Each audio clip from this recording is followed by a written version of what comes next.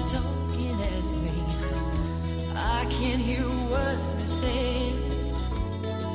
Only the echoes of my mind. New technology means even though Graham can't hear, because he's taking part in our unique experiment, he can still communicate with his team from The Breakfast Show. Texting on mobile phones allows the deaf to reach anybody. It felt like we were all together. Yeah. And it felt like we'd started misbehaving, like in our own little treehouse, and everybody else was like left out. If someone is born deaf, it can be difficult for them to learn to talk. When Graham's watching Derby County play, he experiences being mute. Deep in my own world, but I'm so lonely I don't even wanna be with myself anymore.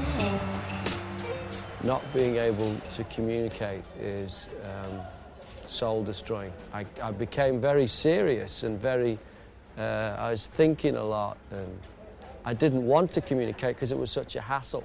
I just wanted to, like, let's finish off now, let's go. You know, I just wanted to go home to bed. I was really worried about him, definitely. He really became very introverted, and you would try and say something to him, and the most we were getting from him was a thumbs up.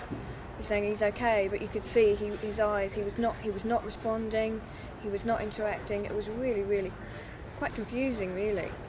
The Royal National Institute for Deaf People say this kind of lack of communication can have devastating consequences. For many deaf people, it means they can't get employment, they may lose employment, they may become completely cut off from family, from friends, from the things that we all take for granted. And in extreme cases, that can often lead then to mental health problems and a feeling of terrible isolation. I thought it would be a doddle, actually. It would be interesting and almost fun, you know, to see things from another angle.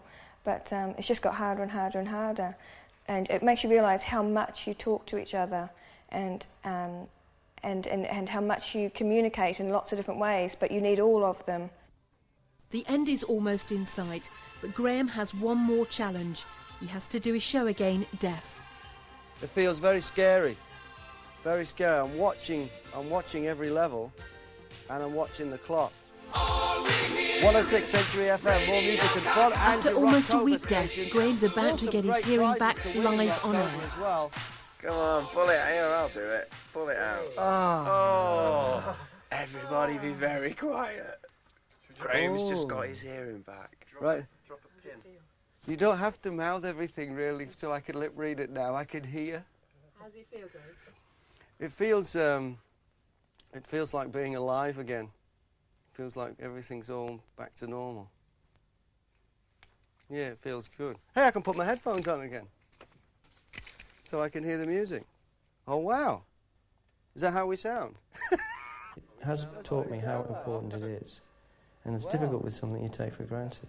But it is very, very important to me.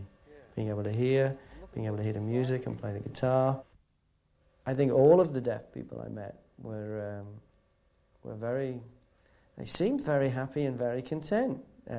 Nobody seemed to feel sorry for themselves, like I did when I went through not being able to communicate properly.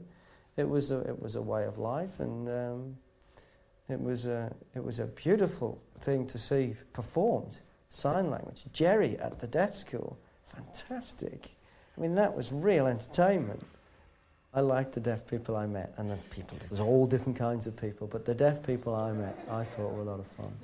They were much more extroverted than I expected, a lot more expressive, because sign language is like that. So it's made me realise that I shouldn't take it for granted, and I should look after what I've got, otherwise it won't be there, and then I'm in real trouble.